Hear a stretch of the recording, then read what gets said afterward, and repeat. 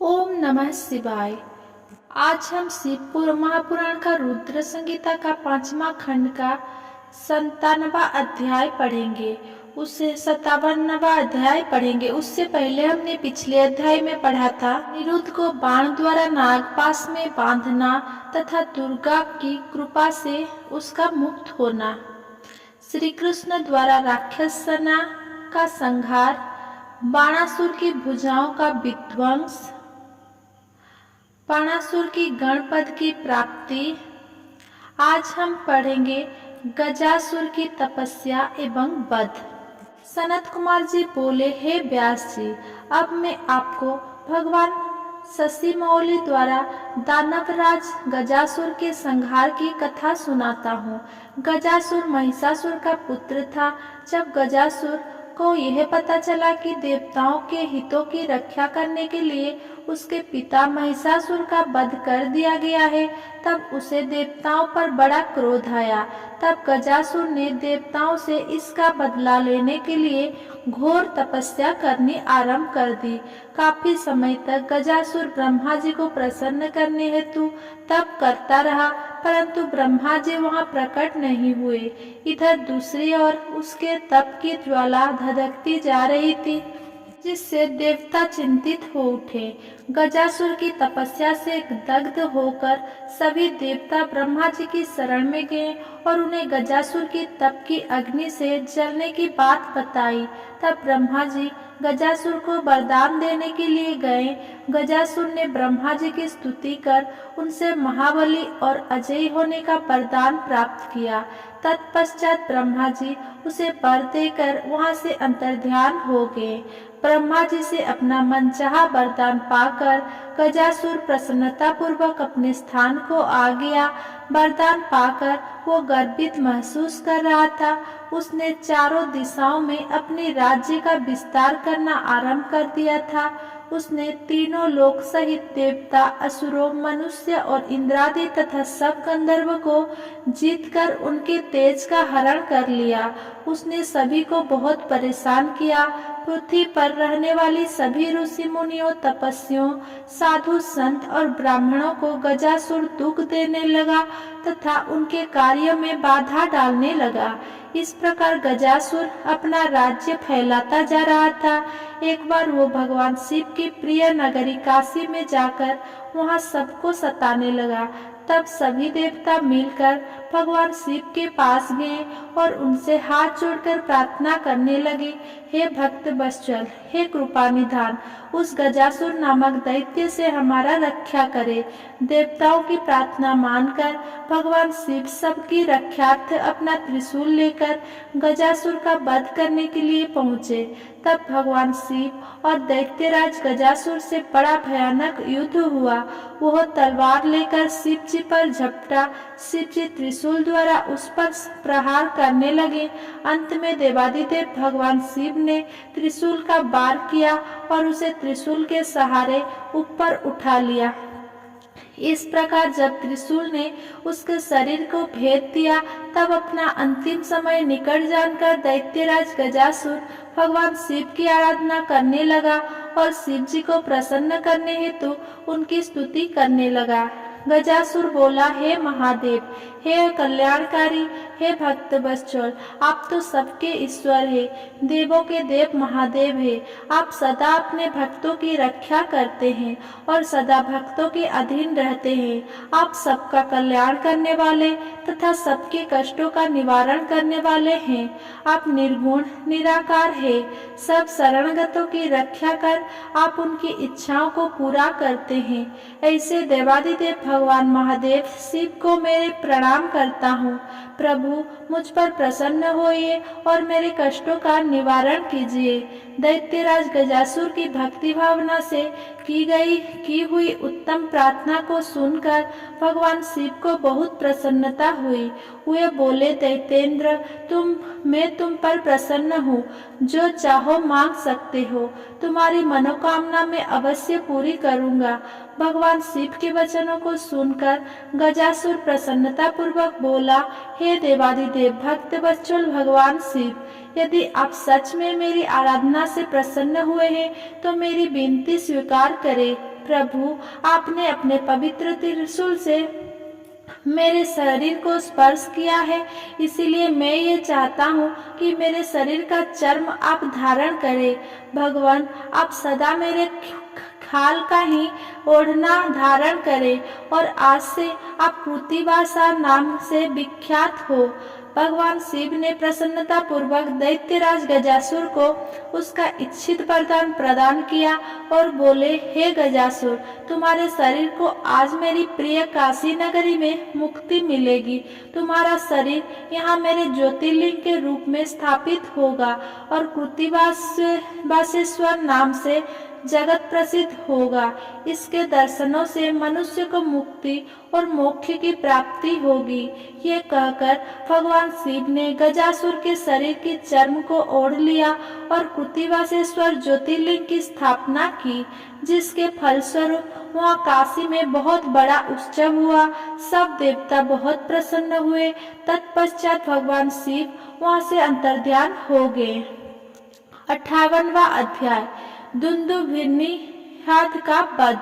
सनत कुमार जी बोले, हे व्यास जी, अब मैं आपको भगवान शिव द्वारा दुंदुभिर्निषाद नामक दैत्य के वध की कथा बताता हूँ।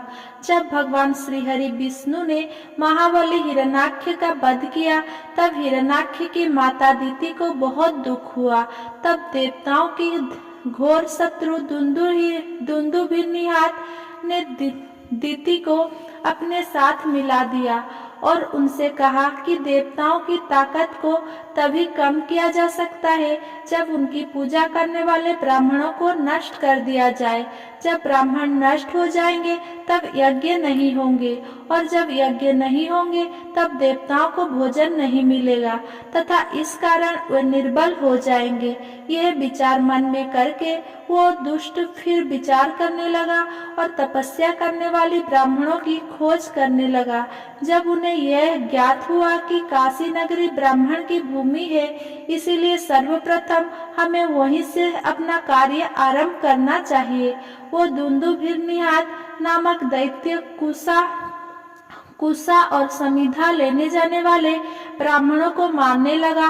वो नदियों और तालाबों में जलजीवों बनकर छिप जाता तथा वहां स्नान करने आए साधुओं और तपस्वियों को वहीं मार देता तथा वनों में वनचर बनकर ब्राह्मणों का वध कर देता। रात में बाघ का रूप धारण करके वो ब्राह्मणों को खाने लगा। दिन में वो मुनियों की तरह ध्यान लगाकर मुनियों के बीच बैठ जाता। इस प्रकार उस दुष्ट राक्षस ने बहुत सारे ब्राह्मणों का वध कर दिया। एक शिवरात्रि के दिन भगवान शिव का एक भक्त दिवालय में बैठकर भगवान शिव का पूजन करने के पश्चात ध्यान कर रहा था। निर्हाद ने जब इस प्रकार उसे अकेला देखा तो बाघ का रूप धारण कर उसे खाने के लिए आगे बढ़ा, परंतु उसने पहले ही अपने चारों ओर शिव मंत्र रूपी कवच धारण किया हुआ था, इसीलिए वो उस शिव भक्त को खा नहीं सका। इधर भक्तवत्सल भगवान शिव ने अपने भक्त पर आए इस संकट को जान लिया। वो उसकी रक्षा के लिए शिवलिंग से प्रकट हो गए और जैसे ही दुंदुभिर्निषाद दोबारा बाघ रूप में उस ब्राह्मण पर झपटा, भगवान शिव ने उसे घर धर दबोचा। फिर उसे अपने बगल में दबाकर उन्होंने उसके सिर पर मुक्के से प्रहार किया। उस दैत्य की भयानक चिंगाट से पूरा आकाश गूंज उठा, जिसे सुनकर आसपास जो ब्राह्मण और तपस्वी थे तुरंत उस स्थान की ओर दौड़े और वहां का अद्भुत दृश्य देखकर आश्चर्यचकित हो गए। भगवान शिव ने उस दुंदुभिर्निषाद नामक असुर को अपनी बगल में दबा रखा था। ये देखकर सभी ब्राह्मण और भक्तजन हाथ जोड़कर भगवान शिव की आराधना करने लगे। तब उनकी भक्ति भावना से की गई आराधना को सुनकर भगवान शिव बोले, हे मेरे प्रिय भक्तों, जो मनुष्य यहाँ आकर श्रद्धा भाव से मेरे स्वरूप का दर्शन करेगा, मैं उसके सभी कष्टों और दुखों का नाश कर दूंगा। मेरे इस लिंग का स्मरण करने के पश्चात आरंभ किए गए हर कार्य में मनुष्य को सफलता मिलेगी। इस संसार में जो भी मनुष्य व्याघ्रेश्वर नामक उत्तम शिवलिंग के प्राकट्य को प्रकृति के इस उत्तम चरित्र को स्वच्छ निर्मल मन एवं श्रद्धा भाव से सुनेगा, सुनाएगा, पढ़ेगा या पढ़ाएगा, उसकी सभी मनोकामनाएं अवश्य पूरी होंगी तथा उसके समस्त दुखों और कष्टों का नाश होगा। अतः में उस मनुष्य को मोक्ष की प्राप्ति होगी।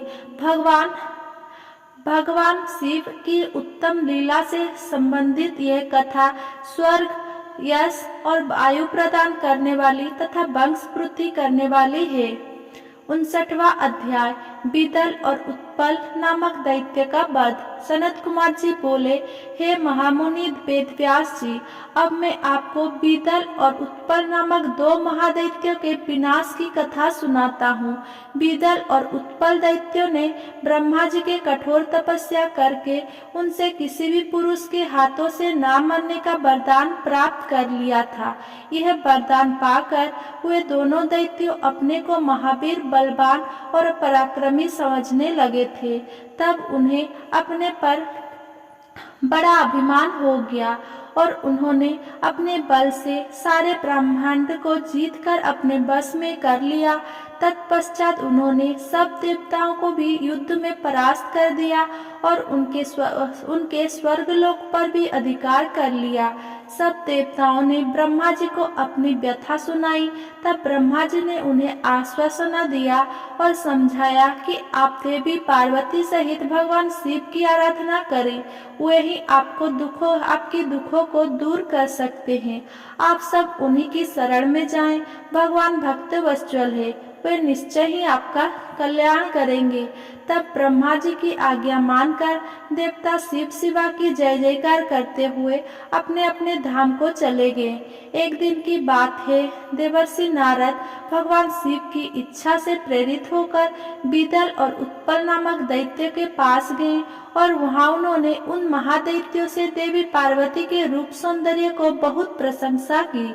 उनके रूप की प्रशंसा सुनकर दैत्य काम से पीड़ित हो गए। उन्होंने अपने मन में देवी पार्वती का हरण करने के बारे में सोचा। इस बुरी भावना को मन में लिए वे दैत्य पार्वती जी को देखने के लिए चल दिए। एक बार जब देवी पार्वती अपनी सहेलियों के साथ गेंद से खेल रही थी, तब आकाश मार्ग से जाते समय उस दुराचारी दैत्य की दृष्टि देवी पार्वती पर पड़ी। वे महादैत्य शिवगणों का रूप धारण करके उनके निकट पहुँचे।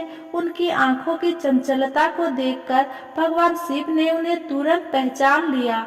उन्होंने अलौकिक रीति से देवी पार्वती को भी इस बात का ज्ञान करा दिया कि वे शिवगण नहीं, राक्षस है।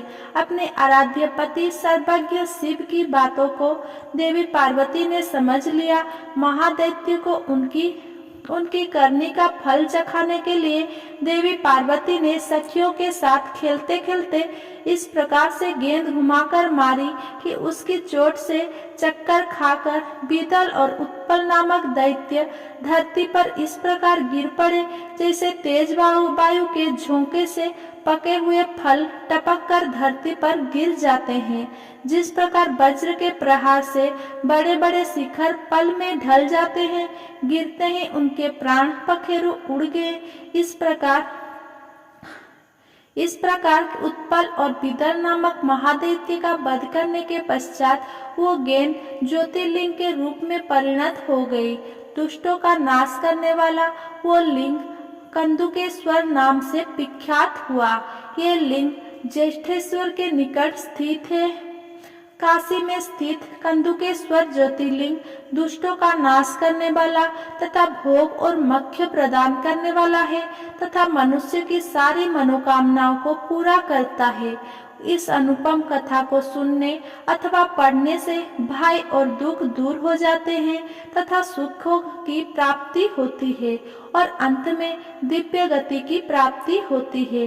ब्रह्मा जी बोले, हे मुनीश्वर, मैंने आपको समस्त मनोरथ को पूरा करने वाली रुद्र संहिता के युद्ध खंड को सुनाया। ये शिव जी को प्रिय है और भक्ति और मुक्ति प्रदान करने वाला है। श्री रुद्र संहिता युद्ध खंड संपूर्ण। रुद्र संहिता समाप्तम। अब मेरे साथ जुड़े रहने के लिए मेरे चैनल को सब्सक्राइब करें और मेरे वीडियो को लाइक, कमेंट, शेयर करें।